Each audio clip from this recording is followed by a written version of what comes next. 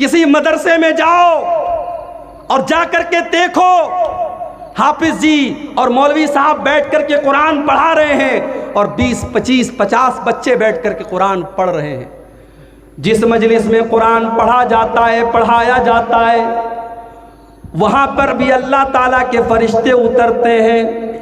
सही मुस्लिम की रिवायत, अल्लाह के प्यारे नबी फरमाते हैं, मजतमा कौमुन फी बैतिन मिन बुयूतिल्लाहि व यतदारसूनहु बैनहुम। जब अल्लाह ताला के कुछ बंदे बैठ करके कुरान की तिलावत करते हैं, कुरान को पढ़ते हैं, कुरान को पढ़ाते हैं, इल्ला नज़लत अलैहिमुस सकीना व गशियतहुमुर रहमा व हफ़्फ़तहुमुल मलाइका व ज़करहुमुल्लाहु फी मन इंदहु। जब अल्लाह के बंदे कुरान को पढ़ते और पढ़ाते हैं, ऐसी मजलिस के ऊपर सुकून नाजिल होता है और अल्लाह की रहमत उनको ढांप लेती है और अल्लाह के फरिश्ते ऐसी मजलिस को घेर लेते हैं और अल्लाह ताला ऐसी मजलिस का जिक्र अपने दरबार में करता है, अल्लाह ताला फरिश्तों के बीच में करता है। मेरे प्यारे साथियों, कुरान पढ़ने वाले बन जाओ, कुरान पढ़ाने वाले बन जाओ। आज साइंस पढ़ाने वाले टीचर और साइंस पढ़ाने वाले, ट्यूशन पढ़ाने वाले की सैलरी 2000 है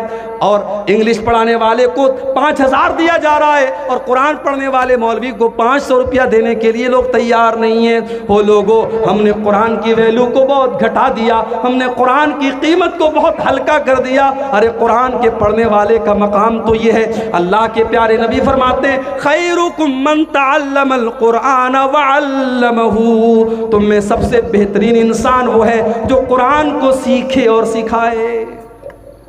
कुरान को सीखने और सिखाने वाले को कभी हकीर मत जानो। मदरसे के ये बच्चे बड़ी कुर्बानी के बाद हाफिज और आलिम बनते हैं भाई। इज्जतदार और खुददार सिर्फ आप नहीं है, वो बच्चे भी हैं। बाप का लाडला है वो, मदरसे में आया है। बहुत सारे मदरसे वहाँ मतबक का इंतज़ाम नहीं है, गांव में जागीर बंदी हुई है। बच्चा टिफ़िन लेता है घर घर, फ़कीरों की तरह घर घर टिफ़िन में ले जाके खाना लेता है। क्या बच्चे का दिल अंदर से नहीं कहता ये तू क्या कर रहा है? मगर बाप ने भेजा है कि तुझे आना है तो कुरान का हाफिज बन के आना है, आलिम बन के आना है। अपनी गैरत और खुददारी को कुर्बान करके वो बच्चा, मेरे भाइयों, घरों से जाके जागीर लाता है। और कितने मदरसों में जहां मतबक का इंतजाम है, वहां भी खाना कैसा बनता है। कभी जाओ, आप लोग तो शेरशाबादी लोग माशाअल्लाह बड़ा तेल मसाला खाने वाले लोग हैं। जब हम यहाँ पे खाना आता है तो लोग कहते हैं मौलवी साहब झोल लेंगे, झोल और झोल ले लीजिए, झोल पर झोल डालते रहते हैं। वो मदरसों में आपको झोल नहीं मिलेगा मेरे भाई। पानी की जैसी दाल मिलेगी, बगैर छिला हुआ आलू मिलेगा।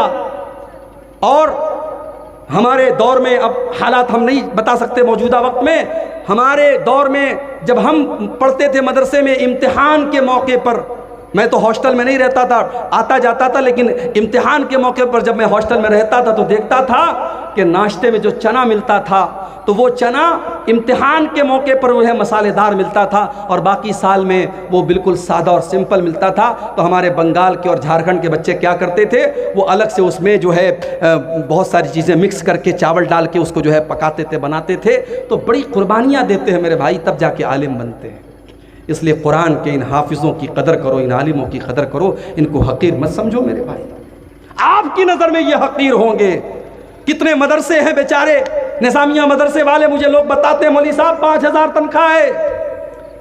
महंगाई के इस दौर में एक लेबर, एक मजदूरी करने वाले की भी डेली की उसकी मजदूरी कम से कम 400-500 रुपया है मेरे भाई। 5000 रुपया महीने पर ये मौलवी काम कर रहा है। और कितने मदरसों में ये मुदर्रिस अपनी तनख्वाह जब तक खुद चंदा करके ना लाए तब तक बेचारे को तनख्वाह नहीं मिल सकती। मदरसे का मैनेजमेंट कर जाओ, अपनी तनख्वाह खुद लेकर के आओ। वो बेचारा दौड़ धूप करके चंदा करके लाता है, तब ये मदरसे चलते हैं। बड़ी कुर्बानियों से ये मदरसे चल रहे हैं मेरे भाई। कुरान पढ़ाया जा रहा है, कुरान पढ़ा जा रहा है वहाँ। इन मदरसों को हकीर मत जानो मेरे भाई। अल्लाह के प्यारे नबी फरमाते हैं, खैरुकुम मन तअल्लमल कुरान व अल्लमहु। तुम में सबसे बेहतरीन इंसान वो है जो कुरान को सीखता और सिखाता है। कितनी चीजें होंगी? 4 चीजें होंगी। नंबर 5, पांचवा ऐसा अमल जिसके करने पर फरिश्ते उतरते हैं।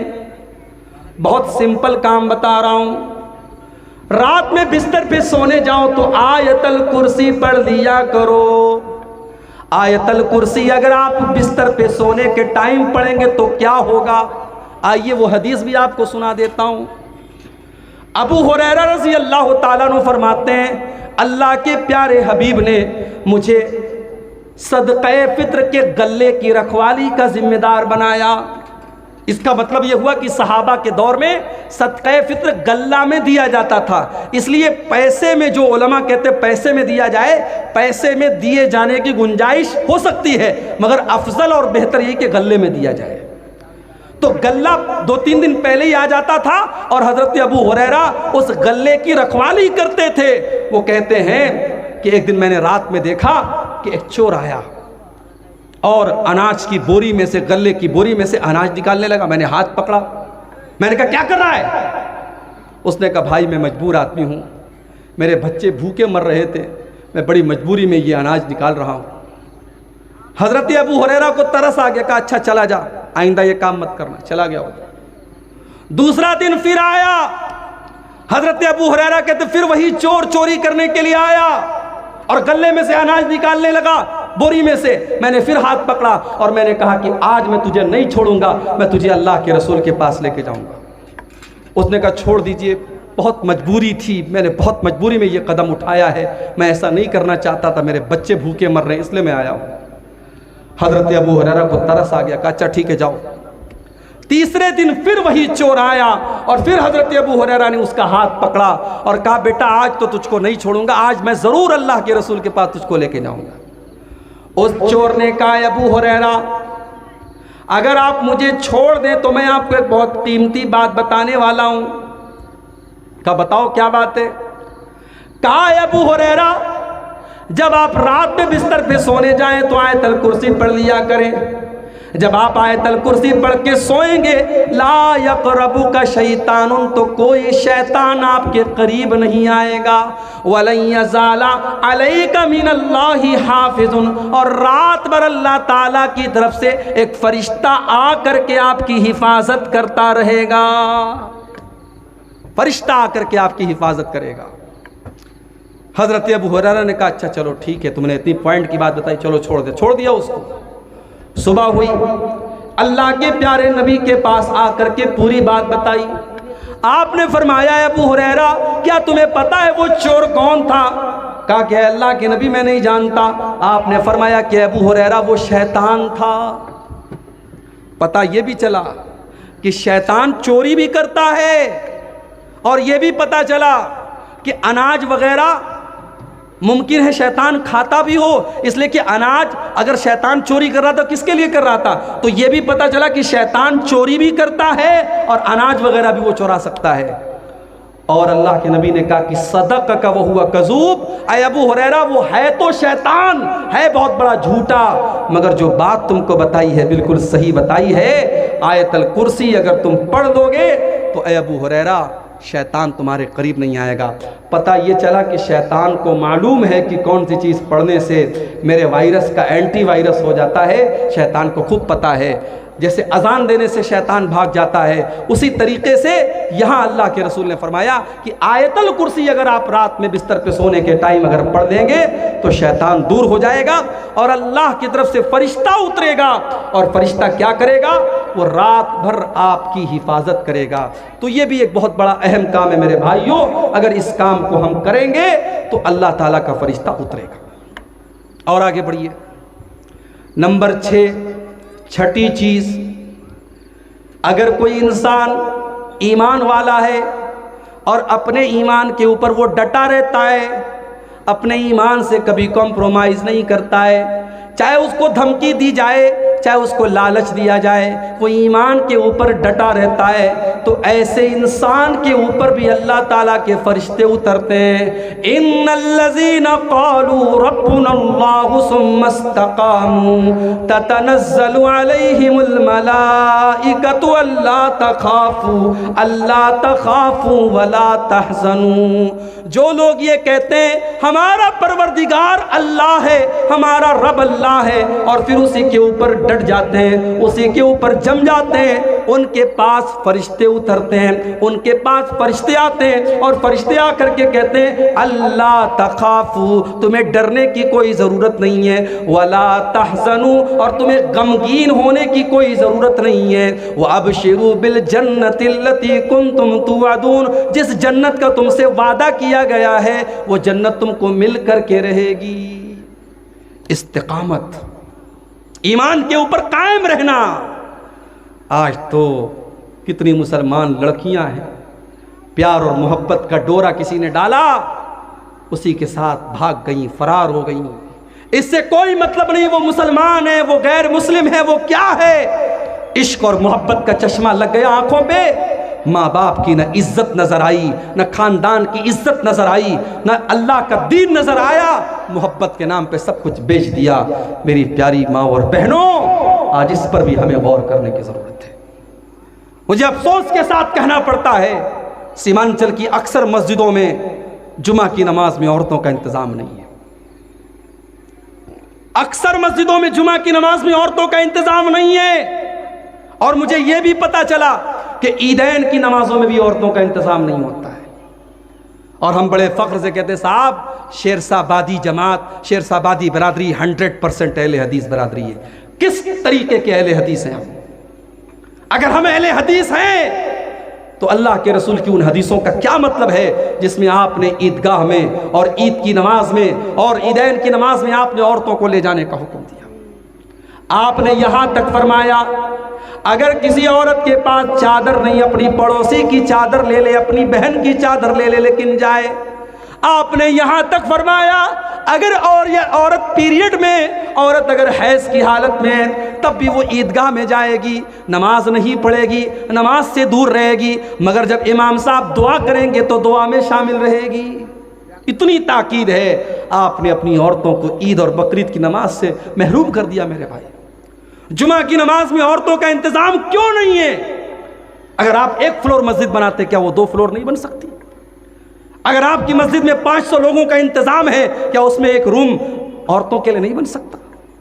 आप चाहेंगे तो सब कुछ हो सकता है। और जिस दिन आपने मस्जिदों में औरतों का इंतजाम कर दिया और औरतें पाबंदी से जुमा की नमाज में आने लगी, मैं गारंटी देता हूं, लिख के देता हूं, आपके इलाकों की तस्वीर बदल जाएगी। ये जलसे जो होते हैं ना, इन जलसों में तकरीर लोग इंटरटेनमेंट और मनोरंजन के तौर पे सुनते हैं, लेकिन जुमा का जो खुतबा होता है आधा घंटे का, 40 मिनट का, उसमें सारी पब्लिक सुनने के लिए आई है। वहां कोई बैठ करके सुरती नहीं खा रहा है, कोई खैनी नहीं खा रहा है, कोई चाय नहीं पी रहा है, कोई पान नहीं खा रहा है। वहां सारे लोग बावजू होकर के बैठे हैं, गौर से सुन रहे हैं। जुमा की नमाज में अगर आपने औरतों का इंतजाम रख दिया, साल में 50 जुमा का खुतबा होता है, 52 जुमा का खुतबा होता है, आपके घर की औरतें 52 तकरीर सुनेंगी, 52 तकरीर सुनेंगी। उनके दीन में इजाफा होगा, उनके इल्म में इजाफा होगा। वो औरतें अगर किसी मदरसे में पढ़ी लिखी नहीं हैं, आलिमा नहीं है, फाजला नहीं है, स्कूल की पढ़ी है, कॉलेज की पढ़ी है, लेकिन सिर्फ जुमा का खुतबा अगर आप उनके लिए इंतजाम कर देंगे तो मेरे भाइयों, कल कोई बहरूपिया इश्क और मोहब्बत के नाम पर उनको ले जाने की कोशिश करेगा। उसने 52 जुमा के खुतबे सुने होंगे, उसके पास दीन का इल्म होगा, वो मोहब्बत और प्यार के उस धोखे में नहीं आएगी। वो कह देगी, नहीं, मेरा ईमान इतना सस्ता नहीं है, मेरा दीन इतना सस्ता नहीं है, तेरी मोहब्बत के झांसे में मैं नहीं आऊँगी। आज अगर हमारी कौम की बेटियां ये कदम उठा रही हैं, मुझे कहने दीजिए, कहीं ना कहीं उसके जिम्मेदार हम और आप हैं। हमने अपनी औरतों को दीन की तालीम नहीं दी है मेरे भाइयों। तो ये बहुत बड़ी चीज़ है कि आप अपने घर की औरतों को दीन की तालीम दें, उनको बताएं कि दीन क्या है, उनको बताएं कि ईमान क्या है, और उसके बाद वो अपने ईमान पर डटने वाली बनेगी। हमने तारीख में सुमैया रजी अल्लाह अन्हा का वाक़या पढ़ा है। सुमैया कौन है? अम्मार की माँ है, यासिर की बीवी है। उनको अबू जहल ने बांधा हुआ है तपती रेत पर, और खुले आसमान के नीचे सूरज दहक रहा है, और हजरत सुमैया को बांधा हुआ है। और अबू जहल कहता है, सुमैया, अगर तूने मोहम्मद का दीन न छोड़ा, अगर तूने इस्लाम न छोड़ा, तो ए सुमैया, तेरे शौहर के सामने, तेरे जवान बेटे के सामने मैं तुझे नंगा कर दूंगा। अल्लाहु अकबर। एक माँ के लिए इससे बढ़ के तकलीफ की बात क्या होगी मेरे भाई? एक माँ को अगर उसके जवान बेटे के सामने नंगा कर दिया जाए, बेलिबास कर दिया जाए, एक माँ के लिए इससे बढ़ के तकलीफ की बात क्या हो। ऐ सुमैया तेरे ईमान का क्या कहना, ऐ सुमैया तेरे इस्तिकामत का क्या कहना, तूने अबू जहल की बात नहीं मानी। सुमैया को नंगा कर दिया गया, जवान बेटे के सामने उसकी माँ को नंगा कर दिया गया और बड़ी बेदर्दी से सुमैया को शहीद कर दिया अबू जहल ने। ओ मेरी प्यारी माँ बहनों, सुमैया ने जान दे दी मगर ईमान नहीं दिया, सुमैया ने जान दे दी मगर तौहीद का दामन नहीं छोड़ा। ऐसे ही लोगों के बारे में अल्लाह कह रहा है, इन्नल्लज़ीन क़ालू रब्बुनल्लाहु सुम्मा इस्तक़ामू ततनज़्ज़लु अलैहिमुल मलाइका। ईमान के ऊपर जो लोग जम जाते हैं उनके पास फरिश्ते आते हैं और फरिश्ते कहते हैं हम तुम्हारी मदद करेंगे। नहनु औलियाउकुम फिल हयाति दुनिया व फिल आखिरा। ऐ अल्लाह के बंदो घबराओ नहीं, हम दुनिया में भी तुम्हारी मदद करेंगे और आखिरत में भी हम तुम्हारी मदद करेंगे। वलकुम फीहा मा तश्तही अनफुसुकुम वलकुम फीहा मा तदऊन। और जन्नत में तुमको वो सब मिलेगा जिसकी तुम तमन्ना करोगे, जिसकी तुम आरजू करोगे। तो कितनी चीजें हो गई? 6 चीजें हो गई। नंबर 7, सातवां ऐसा अमल कि अगर उसको हम करेंगे तो फरिश्ते उतरेंगे। बहुत ही सिंपल चीज बता रहा हूं। रमजान के अंदर एक रात है, उस रात का नाम है कद्र की रात। वो कौन सी रात है? वो रमजान के आखिरी अशरे की कोई एक रात है। उस रात में अगर आप इबादत करेंगे, फरिश्ते उस रात में उतरते हैं। इन्ना अंज़लनाहु फी लैलतिल क़द्र वमा अदराका मा लैलतुल क़द्र लैलतुल क़द्रि खैरुम मिन अल्फि शहर। मेरे बंदो, तुम्हें क्या पता कि लैलतुल क़द्र क्या है? लैलतुल क़द्र 1000 महीनों से अफजल है। कैलकुलेटर पे कैलकुलेट कर लो, 1000 में 12 से अगर आप भाग देंगे तकरीबन 84 आता है। एक रात इबादत करेंगे आप, 84 साल की इबादत का सवाब आपको मिलेगा। एक रात की इबादत 5 घंटे की, 6 घंटे की इबादत का सवाब 84 साल के बराबर आपको मिलेगा। और अल्लाह फरमाता है तनज़्ज़लुल मलाइकतु वर्रूहु फीहा बिइज़्नि रब्बिहिम मिन कुल्लि अम्र। उस रात में अल्लाह के फरिश्ते उतरते हैं, उस रात में जिब्रील अमीन उतरते हैं, जिब्रील उतरते हैं और अल्लाह के फरिश्ते उतरते हैं। तो मेरे भाइयों, उस रात में हम और आप इबादत करें। रमजान का आखिरी अशरा आता था, हदीस के अल्फाज हैं, अम्मा आयशा फरमाती हैं अल्लाह के प्यारे नबी सल्लल्लाहु अलैहि वसल्लम अपने घर वालों को भी जगाते थे और ख़ुद भी जागते थे और घर वालों को भी रात भर इबादत करवाते थे और ख़ुद भी इबादत करते थे। तो शबे कद्र में हम और आप इबादत करेंगे तो अल्लाह के। अच्छा, शबे कद्र का नाम शबे कद्र क्यों पड़ा? कद्र का मतलब होता है कोई चीज़ तंग पड़ जाए, कोई चीज़ बहुत टाइट हो जाए, उसको अरबी में कद्र कहते हैं। उलमा ने लिखा है कि शबे कद्र का नाम शबे कद्र इसीलिए पड़ा, इतने फरिश्ते उतरते हैं कि आसमान तंग पड़ जाता है, आसमान छोटा पड़ जाता है, हर तरफ फरिश्ते ही फरिश्ते होते हैं, इसलिए उस रात का नाम लैलतुल कद्र पड़ गया। मेरे भाइयों, शबे कद्र में हम और आप इबादत करें, इंशाअल्लाह फरिश्ते उतरेंगे और फरिश्तों की दुआ हमें और आपको मिलेगी। कितनी चीज़ें हो गई? 7 हुई। नंबर 8, 8वां ऐसा अमल कि अगर उसको हम करेंगे तो फरिश्ते उतरेंगे और हमें दुआ देंगे। जुमा के दिन मस्जिद में पहले आना।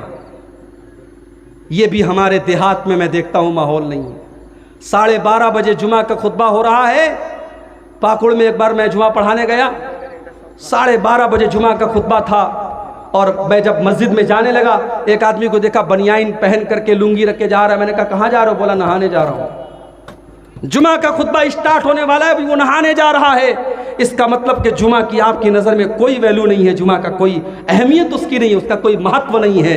याद रखो मेरे भाई, अल्लाह के नबी फरमाते हैं, बुखारी और मुस्लिम की रिवायत है, इज़ा काना यौमुल जुमाती वक़फ़तिल मलाइकतु अला बाबिल मस्जिद। जब जुमा का दिन आता है अल्लाह के फरिश्ते मस्जिद के दरवाजे पर खड़े हो जाते हैं और जो जितना पहले आता है उसका उतना ज़्यादा सवाब लिखते हैं। जो सबसे पहले आता है उसको अल्लाह की राह में ऊँट की कुर्बानी का सवाब मिलता है। जो उसके बाद आता है उसको गाय की कुर्बानी का सवाब मिलता है। जो उसके बाद आता है उसको दुम्बा की कुर्बानी का सवाब मिलता है। जो उसके बाद आता है उसे अल्लाह की राह में मुर्गा की कुर्बानी का सवाब मिलता है। जो उसके बाद आता है उसे अल्लाह की राह में अंडा देने का सवाब मिलता है। लेकिन जब इमाम साहब आते हैं और खुतबा शुरू हो जाता है, अल्लाह के नबी फरमाते हैं तवऊ सुहुफहुम, फरिश्ते अपने रजिस्टर को बंद कर देते हैं। जज़ाकल्लाह खैर।